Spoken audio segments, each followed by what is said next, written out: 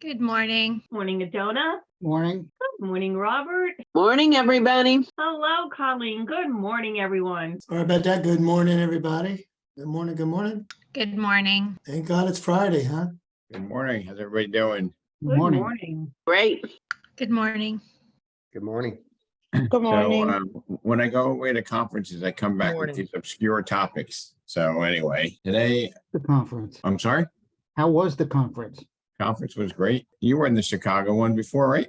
Yes, yeah. When I saw the postings about it, I was like, geez, I really missed that. Reminiscing, huh? Yep.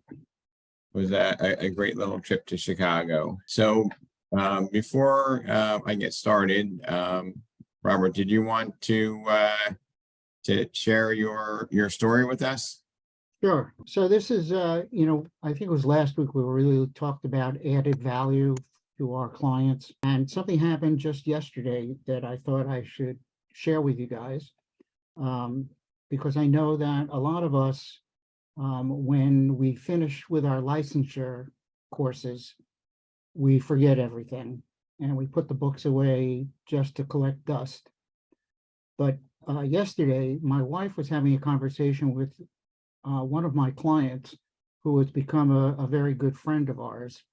And they were talking about my client's gardens. And my client mentioned to my wife that while she was walking the Right garden onto with Hollow the Road. landscaper, the landscaper pointed out to her that it looked like her next door neighbor had actually planted flowers and plants on her property. And she said, Robert, I muted you because the background, sorry.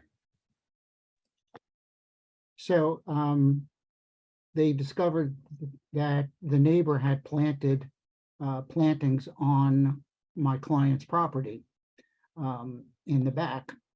So my client mentioned to my wife that, she didn't really care, that, they liked the neighbors and she wasn't going to do anything about it.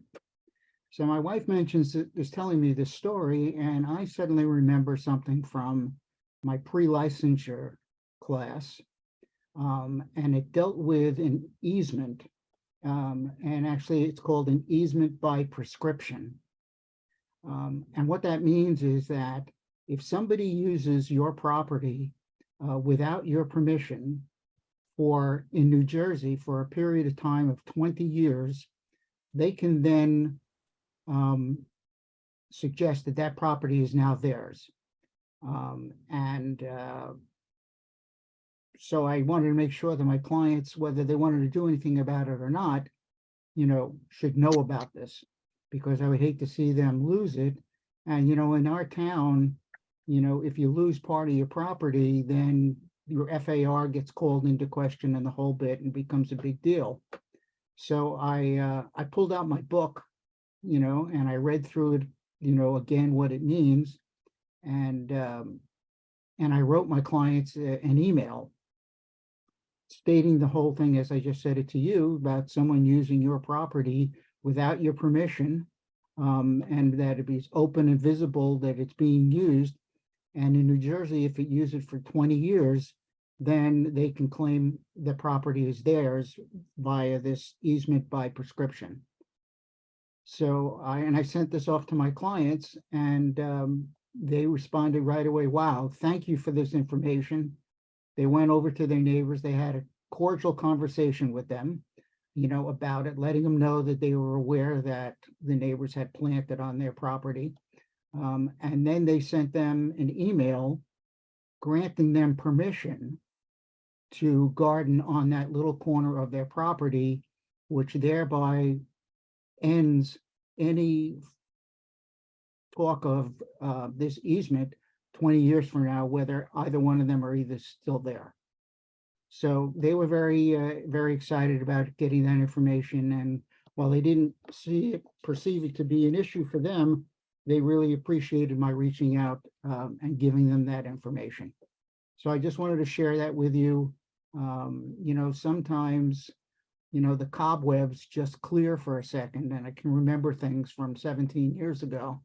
But, I've always told my agents to keep those class books handy so that you can refer back on, if something strikes a note with you. So that's all I wanted to say today. Fantastic. Well, thank you for sharing as always. A couple of quick notes. Do we have anybody on the call from our new edition Remax of Princeton? We're missing them. So as of a couple of weeks, they're now part of our family down in Mercer County. I want to introduce Frank on, Frank Del Pesce. I have a link group here. So Frank is now our licensed in-house mortgage rep for Motto in Florida. So big shout out to Frank. He's probably catching up from all the homework he's been doing to get us turned up live. So anyway, those are the housekeeping bits. And in New Jersey, we're doing door knocking tomorrow and Sunday. If anybody wants to be a late addition, there are some available slots from some cancellations. So reach out to your manager or me, and we can get you hopefully into a spot that you want to go. And in Florida, I believe it's, let's see, next Saturday and Sunday, let me just look here if I can be accurate. The 19th and the 20th. So the 19th in the afternoon and the 20th, if you're interested, please check with your manager, Fazia, or send me a direct message. We'll be coordinating some door knocking there. And for those up here in New Jersey, one thing about door knocking in Florida, you have to be committed because it's hot, especially in August. So anyway, let's get started here. I went to a broker owner conference, which was the underlying message was unstoppable growth, and unstoppable starts with our team members. And they had a session, and it was talking about NLP, which is neuro linguistics. And I got some pretty interesting tidbits from that. And my belief is that you're going to leave this call or this Zoom meeting and you're not going to say, wow, I took away something that was amazing, but hopefully it's going to be housed in your subconscious and you'll be making changes in our behaviors without even thinking about it. Okay. So the whole foundation of the study of the subconscious mind talks about an objection is not a no, it's basically a stall, and it's a stall by the conscious mind. Okay. There's some interesting details that are going to set the foundation for our conversation, which is the unconscious mind deals with 2 million bits of data or info every second.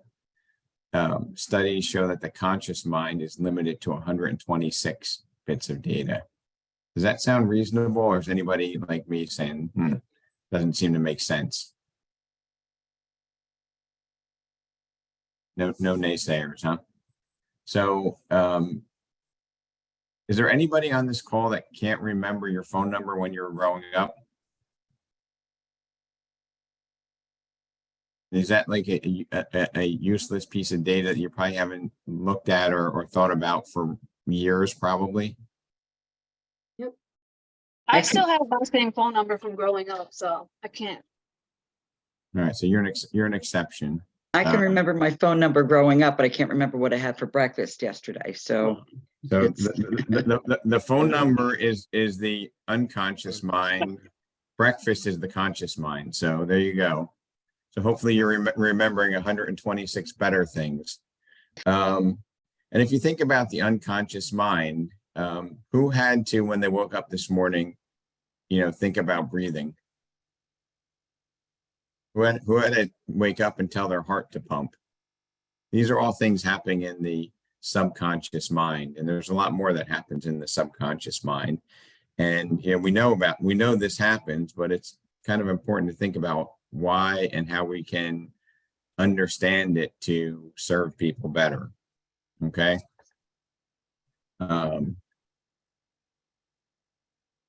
Chart, and I did send out a link to a chart which also has a couple of short YouTube videos that you could pop on that I watched. I thought were interesting. Your subconscious mind operates in only two settings: live or die, growth or decay, thrive or survive. Those are the two settings that they have. You're either growing or dying. Okay. Your subconscious mind accepts everything literally and is always looking for evidence. Your subconscious mind builds your life according to your beliefs. Your subconscious mind operates on two principles: seek pleasure or to avoid pain. Your subconscious mind learns in two ways: repetition and emotion. The more intense the emotion, the less repetition is needed. And the subconscious mind does not know the difference between imagination and reality. So those are a few foundational things about the subconscious mind, or it's also called the unconscious mind because we're not thinking about it. So the conscious mind is responsible for critical thinking, short-term memory, unconscious beliefs, creativity, emotions, and feelings, creates emotion, feelings, habits, and addictions, and houses your long-term memory and values. So your unconscious mind creates emotion, feelings, habits, and addictions. And habits, as we talked about, are formed through repetition. And whether it's 21 days or 60 days to form a habit, once you do something regularly, you don't have to think about it. So, for example, even something silly like I was driving to Short Hills office, and I normally just go to Morristown on 24. My unconscious mind just kept me driving straight without even thinking about it. These are habits that we don't even think about that can serve us, okay, as opposed to just being layered behind our conscious mind. I want to see if anybody can answer this question. Price is only an issue in the absence of value. In the absence of value. Yep. So when we're looking to do, any type of, and I'm going to use the term sale, and I don't want sale to be interpreted negatively because nothing happens until somebody sells something. A sale is not just selling a piece of real estate. A sale is a way to get things done in life. So when we hear rejections, okay, or when we hear price resistance, it's because the perceived value isn't strong enough. And a lot of times the perceived value is in the subconscious, not the conscious.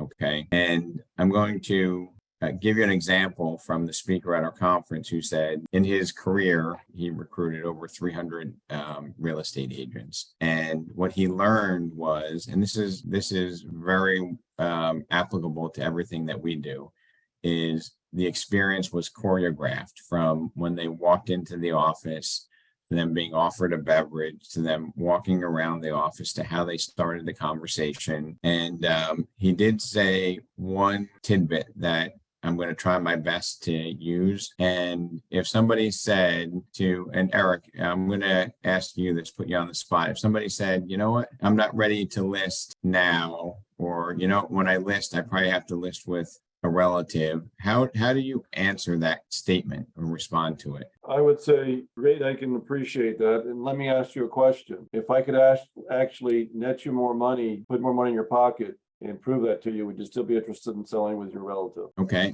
What I like about that answer is you didn't say, I understand. And our speaker said that you want to unprogram yourself from saying, I understand. And he pivoted to saying, Eric, I hear what you're saying, and then going into whatever the objection is to trying to counter it. Because he said, if you say I understand, you reinforce it in their subconscious, the decision not to take the action that we're looking for. Does that make sense? I have a different approach to that.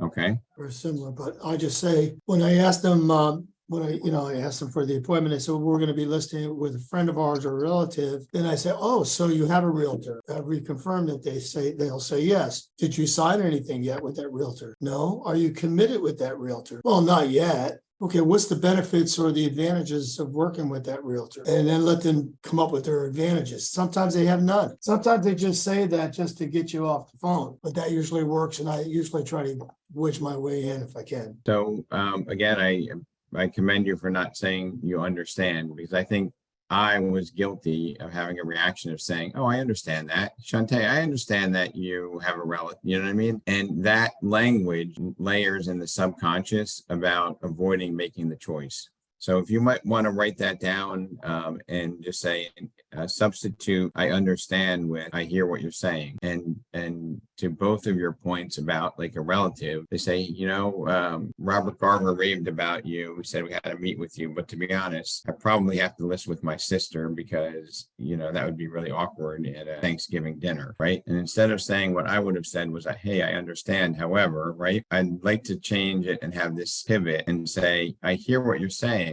However, Shantae, what would happen if you had to fire your sister? Wouldn't that even make it more awkward at Thanksgiving dinner? Okay. And I know it seems like it might not have any significance, but I really think that in my mind, for me, he talked about relationships and recruiting or relationships and sales. Okay. And this is another really good observation. And I think I've been observing it, but I never realized it, just like I don't know what electric impulse tells me to breathe. He said that relationships start with rapport. And I think we all know that, right? Yes. And he said rapport is won or lost in the first 45 seconds. It might even be less than that, right? So if you think about this statement here, you might just be going through a dress rehearsal if you haven't connected and built rapport early on. I know in a phone call, if you don't have rapport, what happens when you're prospecting? You're out of rapport. They hang up on you. They hang up on you, yes. And I was just sitting in the conference room yesterday, and Marilyn was doing some FISBO training, and we were listening to Daryl Davis. And Daryl Davis said, you need to get them beyond 60 seconds, and then the call gets easier. And I guess the meaning behind that also is if you can get beyond 60 seconds, you've been able to establish some rapport, and then the process becomes easier. And rapport is also defined as the feeling of being liked. And I think most of the time, rapport and that feeling of being liked is housed in the subconscious, not the conscious mind. And this is something that, another fact that we probably heard a lot on these calls, but all meaningful communication can be broken down into 3 components. Does anybody know what those 3 components are? Feel, felt, found. So that might be the synonym for it. The 3 components are words, tonality, and body language. Words, tonality, and body language. Of those 3, what do we think is the most important? Body language. Body language. Tonality. Words, So Body language words. throws off the most vibes, you know, but body language Body language. is 55%. Tonality is 38%, and words are a mere 7%. And I know that sounds crazy. You know, when I read it years ago, I was like, this is a bunch of bull, you know what? But as I observe, as I live, I realize that, you know, the way that you carry yourself probably influences part of the tonality. And the least part is the words, because, you know, Ron, you've probably given words to agents and students, and if they don't say them properly, what happens? Don't mean anything. They lose that flow and that communication with the client. It doesn't go well, right? When they don't deliver the words correctly, right? Correct. And industry example would be a comedian. Okay. I don't know about you, Ron, but I can tell a joke that I saw on a comedian say, nobody laughs, but it's not because I got the words wrong. It's because of it all in the delivery and the tonality, not the words. The punchline. Right. But I mean, like, you can read the joke, right? And you can laugh your ass off when you heard it. And then Yeah. you go tell it to somebody and they're like, what are you crazy? That's not even funny. It's delivery. What are you saying? It's the delivery. So, and the delivery is tonality and body language. So I know we probably all have some level of awareness of this, but it really is extremely important. And here's a saying that he had and that he would think about when he was doing his recruiting, and same as attracting, you know, buyers and sellers and convincing and working with agents within the industry. Rapport opens the door. Language gets you through the door. Rapport opens the door. Language gets you through the door.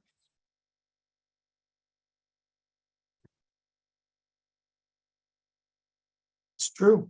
I believe that. Kind of like our brand, Rob. Remax gets you in the door, right? Yeah. Or So, did anybody hear the term matching and mirroring? Yes, yes. Okay, does anybody like consciously do that? Well, it's a habit there that, excuse me, that you gotta be conscious about it to listen to the person that you're talking to, and make sure that the way he talks, that's the way you gotta talk. Because if he talks slow and you talk fast, he thinks you are a fast car salesman and he doesn't have any rapport with you. So if he's slow, you slow. If he's fast, you fast. And, Right. Trying to. Rob, Yes, very Kelly? interesting in mediation training, when they're training you to be a mediator, that's one of the things they discuss with you. So I find that fascinating too. So I'm gonna try to highlight, and I'm probably not going to do justice to it, but I'm going to give it my best shot. Our speaker talked about matching and mirroring, and then he put in parentheses, not in a creepy way, Yeah, right? Like you don't want to be doing the exact same thing, yeah, right? You know, if you're from New York and you're talking to somebody from Alabama, you don't want to try to create like that Southern draw and sound like a fool, but you Yeah. might talk a little bit slower, right? mm-hmm. If, you know, Robert Garver is doing this with his hands, like I don't want to immediately do the exact same thing, but, you know, I might want to, you know, go like this, you know, make a little variation from it. And when it's housed in your subconscious, you do it without thinking about it. And I don't know if you've ever caught yourself like mirroring what somebody else has done just because you're like, whoa, why am I doing that? And that's something that you have to do appropriately. And, you know, you gave another example. He's like, you know, if I'm talking to a candidate and they're there tapping their pen, he's like, I might just, you know, tap my finger so subtly. And then that's creating a subconscious, unconscious rapport. And Similar, but not the same. correct. So hopefully, you know, this is starting to sink in, and you may not leave here and say, I'm going to start to do this when I go on a listing appointment, or if I'm trying to attract somebody to my team. But this is part of programming your subconscious to understanding, you know, these processes. Changing the tempo we talked about, the tonality, you know, even, you know, using, you know, similar words, you know, if somebody's an engineer versus somebody's a school teacher, you might use different words because they have different triggers for what, how they process information. Somebody said, you know, pacing. Okay. And there was a concept that he talked about that I'm not going to even do justice to, but he said pacing and leading, where you pace, right? And then you take the lead and see if they follow. It's like a trial close. Okay. And I need to study that a little bit more, but basically you're pacing at their level, you're pacing at their level, and then all of a sudden you take the lead, you see if they follow you. Okay. And that's a subtle test for being in rapport. Rob, Yes, sir. so everything you described, and didn't you take Tony Robbins? I did. Yeah, he talks about all that. But just an interesting side note, I want to ask everybody on the call. Have you ever heard of Borino Productions? It says, who is Borino? Borino's called the Tony Robbins of real estate. He's known as the expired guru. So I ran across this the other day on the internet. I go, man, this guy's got great stuff. I watch him on YouTube. He's got a $3,000 package, but if you sign up now, it's only $12.99, $11.99 guaranteed. Man, I'm going to do this. I call up, I sent the text on a chat. I said, I want more information. No one got back to me. So I called the 800 number and they said, oh, yeah, he died 2 years ago.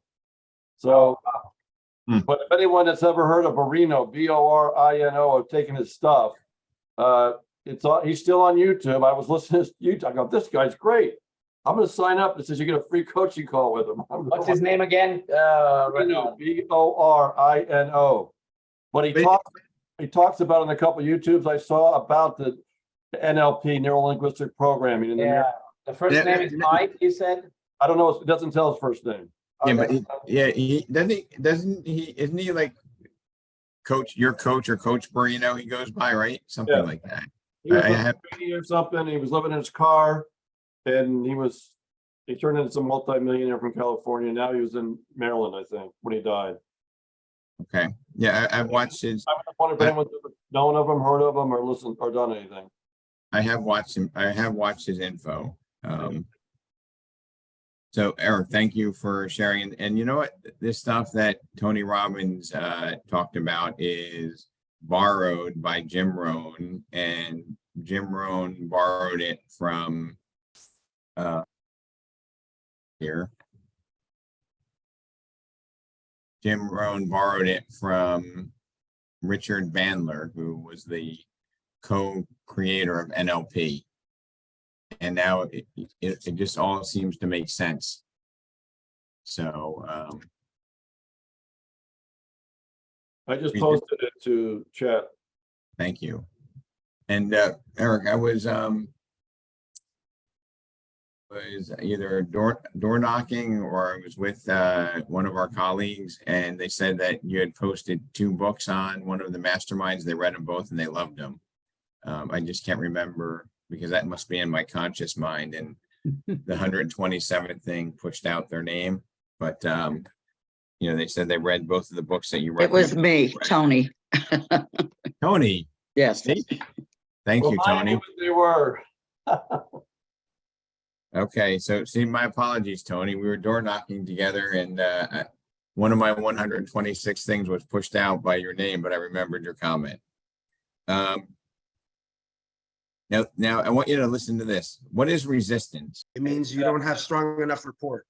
So resistance isn't a no, resistant. And how many times have we, been at the opportunity, okay? I want to use the language that we're at the door, but it doesn't open because we're not in rapport, right? They don't have the open mind.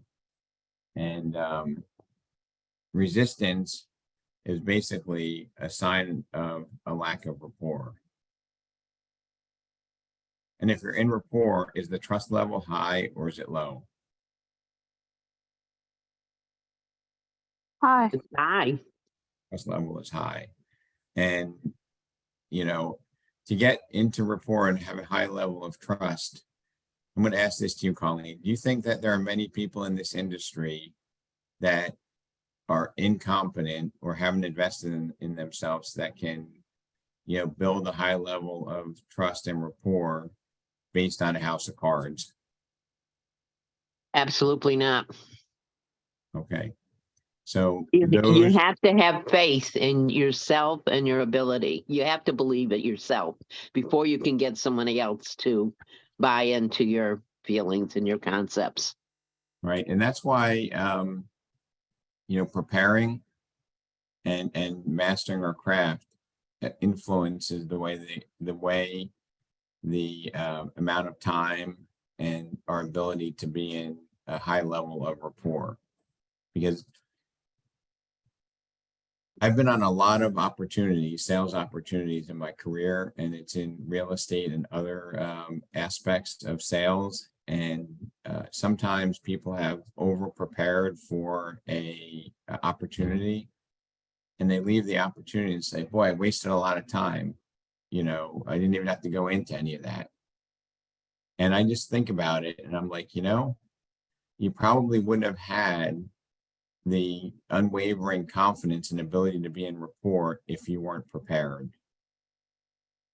That makes Can sense I to anybody. can I tell you a quick little story? Sure. I had an agent who had very dear friends, called her up to come and, list their house. She went over, she expected to get the listing. She did not do her normal presentation that she usually does. And when she was hoping to get it signed, they said, well, we want to see a few other people, before we, commit to you. And she said to them, it was an aha moment for her. So what she said to me is, I said to them, you know what? I did you a disservice. I came over expecting to get this listing without, giving you my full information and sharing with you all the things that, I do for you. I would like to reset my appointment and come back again and talk to you as if you were strangers and not my dear friends. So she went back and of course she got the listing, but to the point was she thought she didn't need to do it, which is not true. You need to give your all when you're doing even when it's a slam dunk. You don't have to talk past the close, but you have to give them the same attention you would give anyone else. Yeah, You're can sure I- you're yeah. Yeah, you have to kind of go with the flow of the conversation, that you're having with that person and feel or recognize that, no matter what you say, they're going to listen with you. So and then you close and you get it done. But there's times when you have to go through your presentation to prove to them that you're the guy or the gal that can do the job. I agree with you, Colin. That was a good point. And here's a cardinal sin that I've seen some very talented people do. And I just wish I could bring out one of those big red buttons that said, that was easy button they used to have at Staples, and put it on the table and say, look, if you ever want me to shut my pie hole, just hit this button and we'll get it started. Because I've seen people talk about things that are interesting to me, but if you read the clients, they're completely out of rapport. Like you've detracted from the trust that you spent time building. You talk past the close.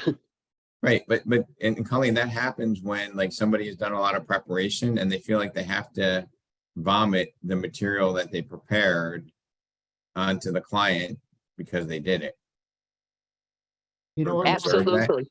That's the definition of difference between a listing presentation and a listing conversation. Oh, I love it. Yeah. Yeah, I did this material, I have to dump it on you. So right. It's great to have all that knowledge because you never know what a seller is going to ask you. I mean, you have a pretty good idea about some basic questions, but then they could hit you with a question from out of left field. And if you've really done the necessary preparation, you're going to have the answer, even though they may have expected that to be a trip up for you. Yep. So our speaker also spoke about future pacing to make goals sticky. That's kind of complicated, but I'm going to give you the example that he used. And he said, so when you start at Remax, what tools are you going to use first? And I thought that was pretty interesting. What will you do first when you start? Because it presupposes the close. And if I go back into my memory bank, it's like when you're at a listing conversation, you say, hey, when will the minor repairs be done? And, do you want to do the first open house the 17th or the 23rd. Or future pacing to make that goal sticky, right? Because once they decided on when the open house is, you think it's going to be easier to sign the paperwork to get the formality done, right? Instead, if you ask for, hey, this is a 6-month contract, you know, they're gonna be like, oh, maybe I need to talk to my lawyer before I sign it, right? But if you say, hey, you know, when do you want to have the first open house? When will the repairs be done? Okay. You just do that soft close by using future pacing to make the goal sticky between both parties to the transaction.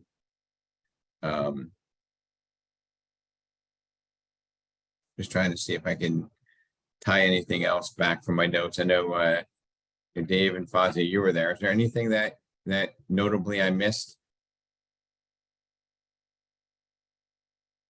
No, I mean, you're going down the line of all my notes pretty much verbatim. Okay. And, you know, I think if you think about NLP as like a tool to manipulate people, okay, which, you know, sometimes you think of sales techniques as a way to manipulate people. It's really not. And I can somewhat prove it to you. And if you were objective, and we've all had this happen in our career where we were the right person for the job, we would have done a better job, but yet we weren't chosen. Is there anybody that hasn't had that feeling? Raise your hand. I'm going to assume everybody has had the opportunity where somebody was chosen who didn't have the same skill set or track record or history or professionalism, right? I don't think anybody can say that they've never, right? And Robert, you probably have experienced that, right? Where maybe you thought you had a slam dunk and you didn't get it. Yes. And I think that either A, we kind of took it for granted, or B, we weren't aware of the power of the subconscious mind and how it influences decisions. And I think, you know, there are people that they call natural salespeople, you know, who are really good at sales. And I think they have an acute awareness to adapt to the subconscious rules and how it works without really knowing it.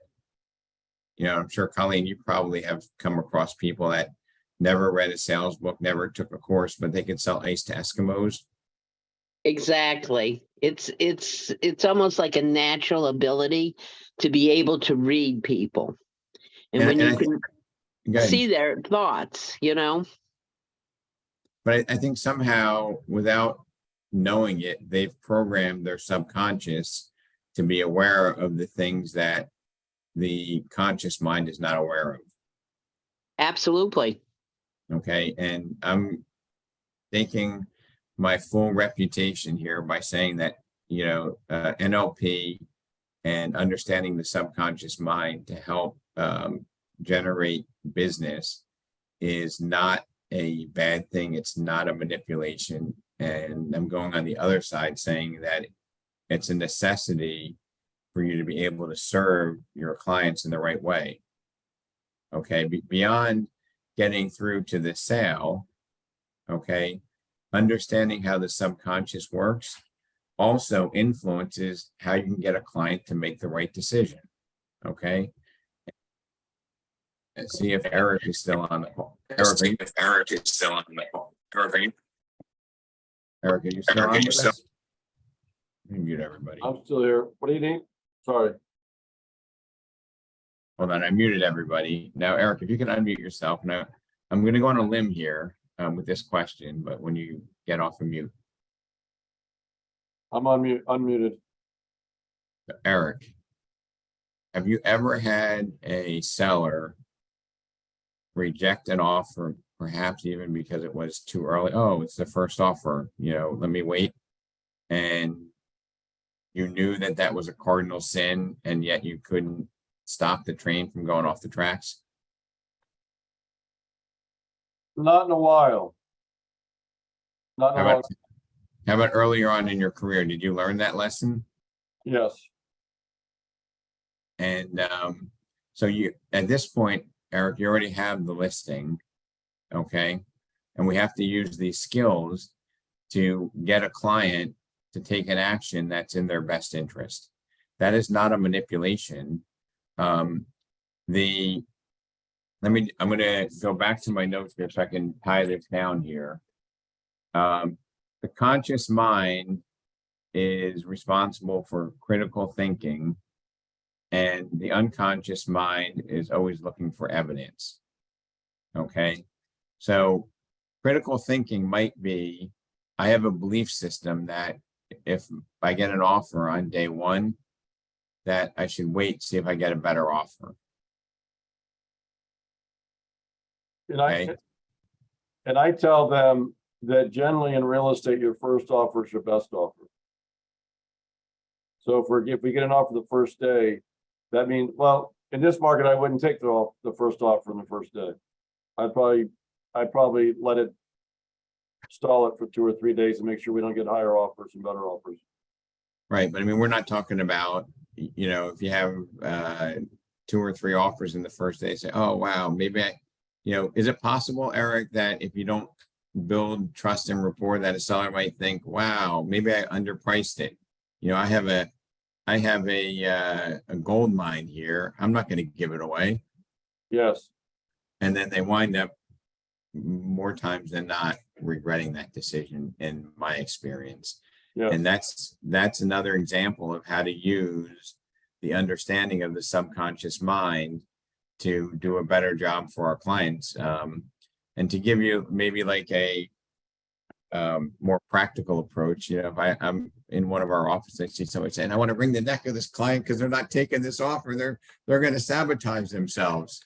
And, that's because you haven't, crossed through the threshold of, getting them to make that decision in their unconscious mind, say that this is really the thing that is going to get me the outcome I want. And it's sometimes you're trying to ration with the conscious mind, and it's just going in the wrong direction. And it's hard to understand without really processing it. I did put a couple of links to short videos in the invitation link for the mastermind. I think probably 2 of them are like less than 10 minutes. And the third one, if you start watching around 8 minutes, gives me some interesting perspective that I think will reinforce what we're talking about today. So how would you use that information then on an appointment I went on last night? I almost had the listing signed. They have a daughter who's a real estate agent 10 miles away, part-time. I almost had it listed, but they texted me back this morning, cancel our second appointment for Saturday. Said they're going to go ahead and give their daughter the first shot. If she doesn't get it sold, then she'll contact me. Eric, did you offer to pay the daughter a referral fee? Yes, I did, 25%.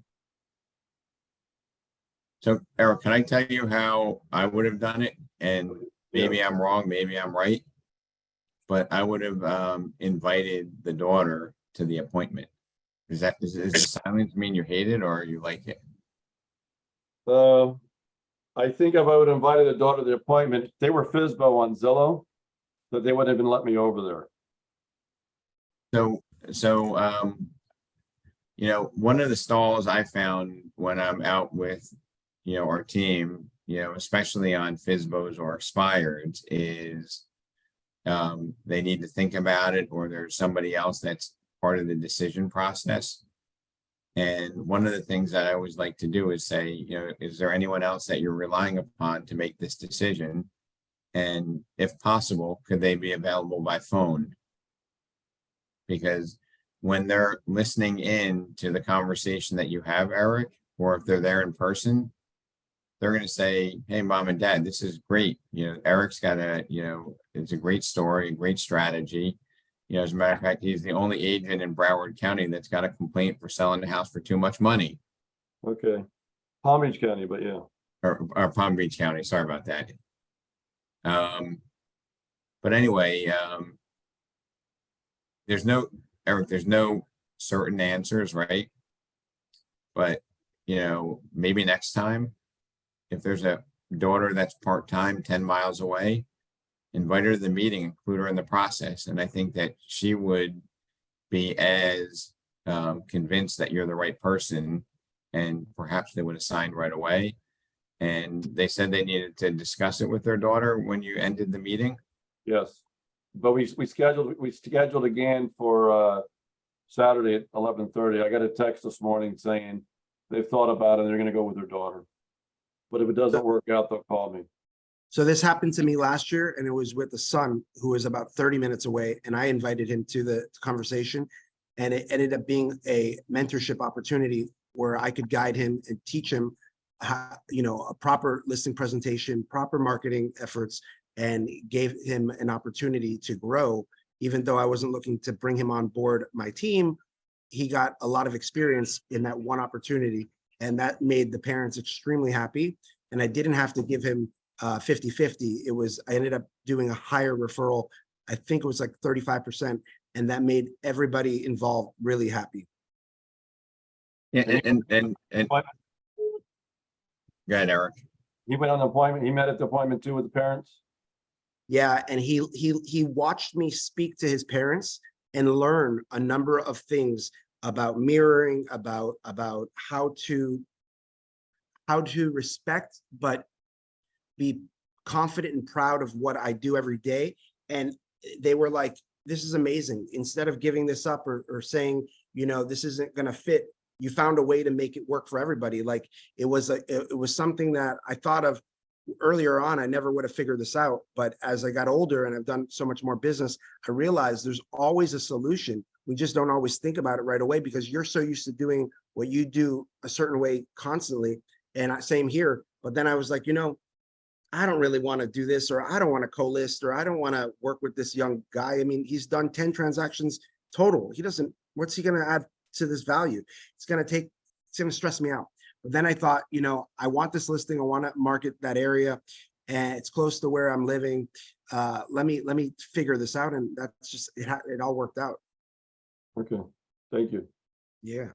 So, and the last piece I'm going to just share with you, Eric, is if the daughter was there and watched your listing conversation, and if there were any decision points like, hey, you know, how much do you want to put out to the agent that brings us the buyer, right? And then you include the daughter in the process, and the daughter says, I think, Mom and Dad, I think 2.5 is good enough. And then you say, hey, Melissa, when do you think is the best date to do the first open house? Oh, we want to do it on the 19th. Hey, Mom and Dad, what do you think about that? Great. Then there's no stall. I think it would have been a signed, deal. And did you have the opportunity to talk to the daughter beforehand? No. So I love you to death, Eric, but that would be my suggestion for the future. Okay. As the daughter is going to speak multiple times before you meet with the parents again or don't meet again. And if that girl gets a semi good feeling from you, your shot's going to go a lot further. All right. So, thanks. yeah. So that when they have to think about it, you know, there's a lot of things that can go wrong when they're thinking about it, right? You're right. Just for everybody's benefit. You know, the old strike while the iron is hot is very, very relevant. And, you know, I'd like to, you know, address everything up front because I'm prepared. I'm the right candidate for the job. Let's talk about how we, you know, take it to that next step.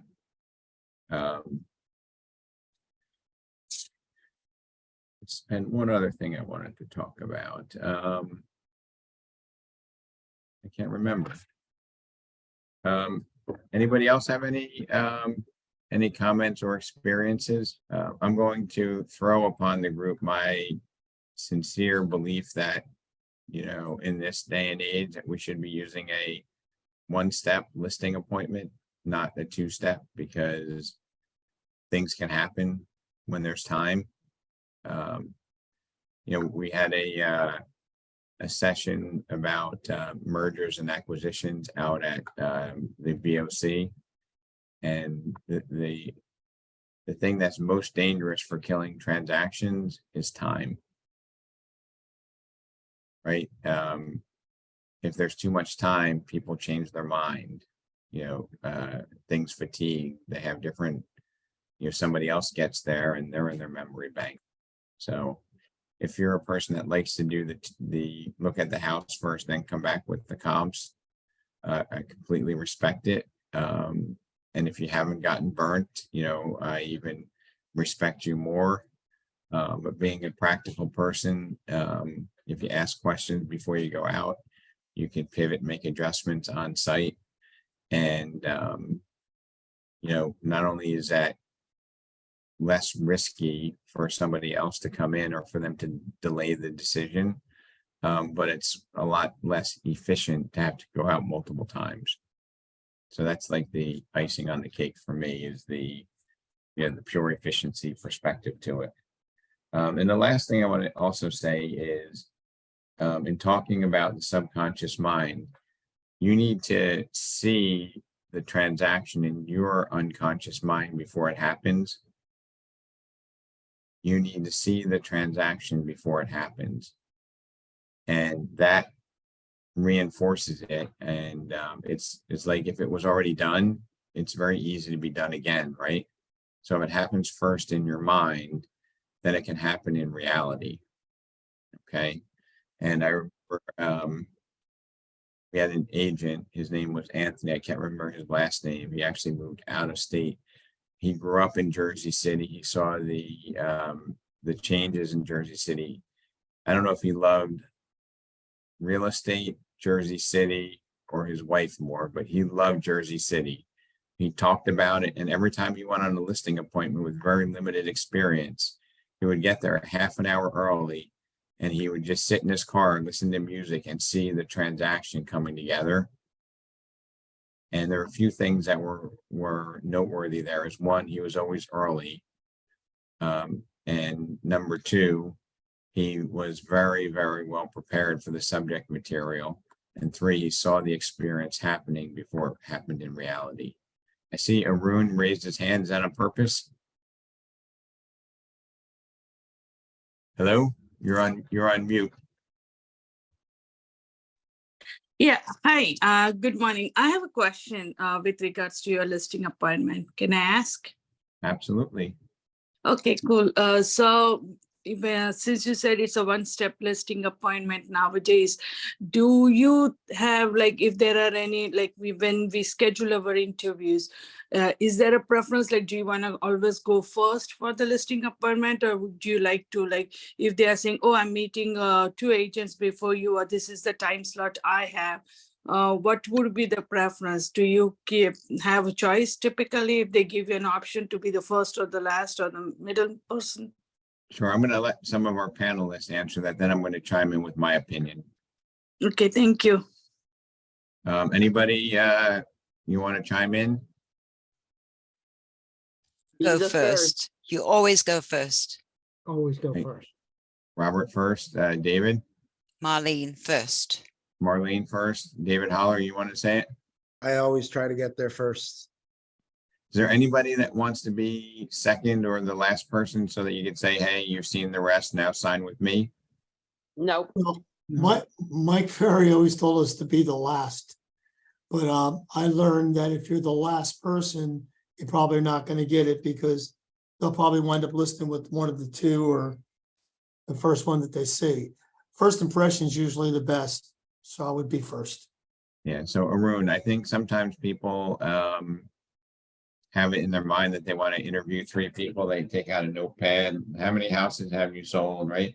And after 4 minutes, you know, if you mastered your craft, you're going to take the conversation in a different direction. And, you know, they're going to say, I would like to have my first open house on Sunday.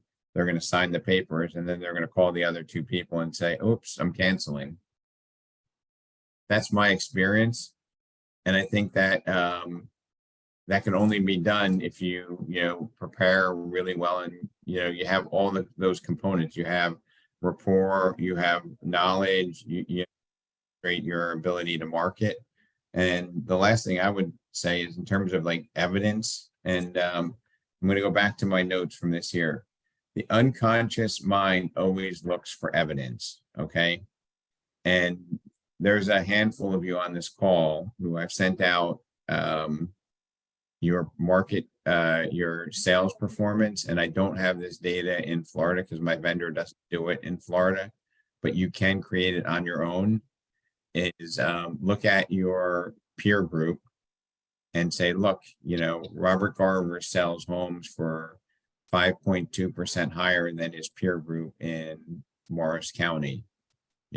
That's something I would talk about and say, hey, if we decide to work together, my track record shows that I get 5.2% more than the rest of my peers. So there's a benefit, and that's why I'm charging you 6%. Somebody else charges you 3%, you're still 2% ahead. I think another thing when you, like you said, arrive at the appointment early. If you arrive early, after you wrap yourself up, you should have a clipboard with you or a yellow pad. Get out and walk around the property a little bit and make some notes. They will know you're there. They will see you. And they will be impressed that you're taking time, or they may even ask you when you get to the door, gee, I saw you out there. What were you doing? I'm taking notes on your property. I might even ring the doorbell first and say, can I have permission to do that before we meet? Good idea. In Florida, you could get shot. Yes. Exactly. Don't do that here on the West Coast. You're definitely going to get shot. No, but all kidding aside, I just think, that overabundant communication builds trust and sets that foundation for us. So, that going there for about 10 minutes earlier, say, hey, before we get together, do you mind if I just walk around the property? People would be like, wow, that's really respectful. And she's thorough and diligent, right? Yes, I loved that. So, but I hope I added a little bit of value. My guess is that nobody's going to leave this call saying, I figured out how to do everything, because it's not a practical way or a practical approach. It's not a listing appointment strategy. It's not a listing conversation, but it is the foundation that I think will help you, help your clients make better decisions. And one of the best decisions they can make is in hiring us. So, that's what I aim to get out of this. And I hope I succeeded in some small level. So any questions from anybody before we wrap up? Thanks, Rob. Thank you. All right. Have a productive you, weekend, Rob. everybody. Bye-bye. Great session. Thank you.